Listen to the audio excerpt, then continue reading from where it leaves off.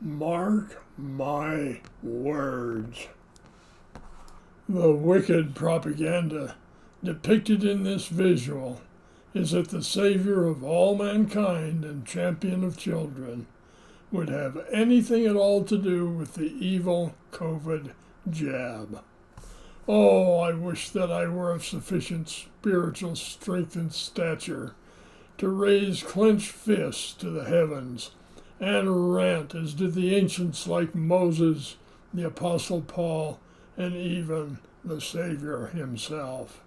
The Savior who had words for the scribes and Pharisees, vipers, and money changers he physically threw out of the temple.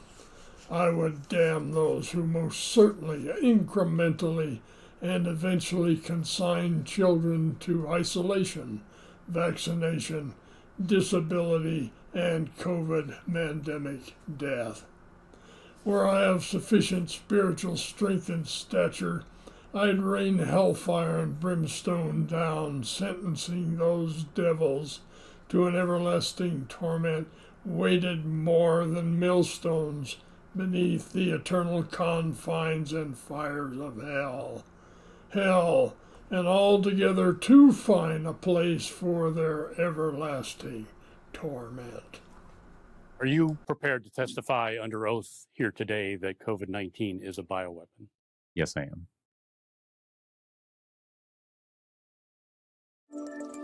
Truth in Plain Sight, bringing truth to light in unbiased and nonpartisan, factually founded reporting worldwide. Based on all of this, would somebody be totally off base if they believe these vaccines were in and of themselves a bioweapon? Well, the fact that the spike protein is a gain-of-function developed virus, which by definition is a bioweapon, replicating that same genetic sequence and putting it into a vaccine, it doesn't matter how you get it into the human body, it's still a bioweapon. Most alarmingly for the children right now, when you have people at an FDA meeting making a statement that we need to vaccinate the children, but we won't know what happens to them until we vaccinate them, that's the experimental phase of a research project.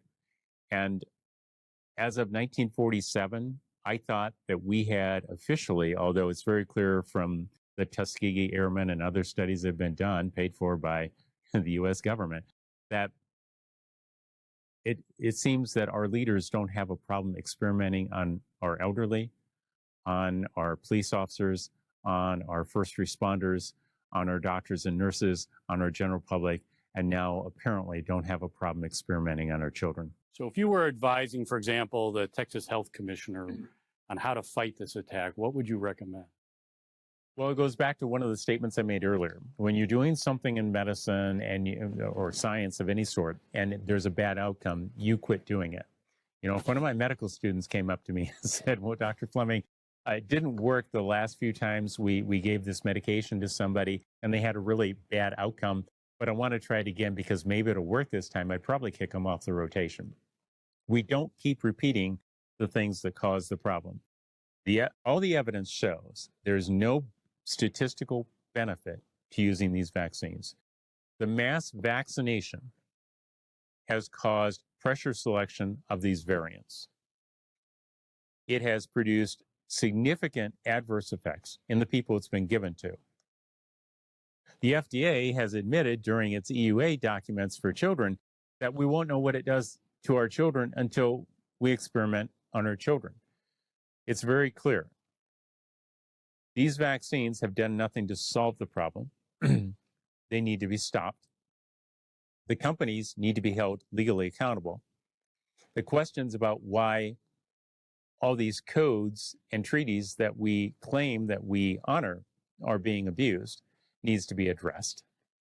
The gain-of-function research needs to be stopped, at least until it can be done at some point under some type of control where it actually provides a benefit for humanity without a harm. We need to hold the people accountable that have been responsible for doing this.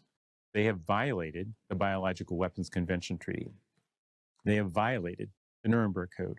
They have violated the International Covenant on Civil and Political Rights. They have violated the American Medical Association Code of Ethics, which may not be a criminal act, but it's the way I thought we were kind of practicing medicine, or we're supposed to practice medicine. There comes a time for everybody to be held accountable for things that they do. People make mistakes. I'm human. You won't have any challenges finding somebody that will tell you that I make mistakes, okay? I know I make mistakes. I'm my worst critic on a science and medical perspective. 2 decades worth of gain-of-function research, all focused on increasing the infectivity of this virus, with consequences that are very clear around the world. We took procedures in 2020 and 2021 that make no scientific sense. There's no data to show that the quarantining of citizens around the world stopped this virus. If there is, explain to me why in 2021 this virus is endemic.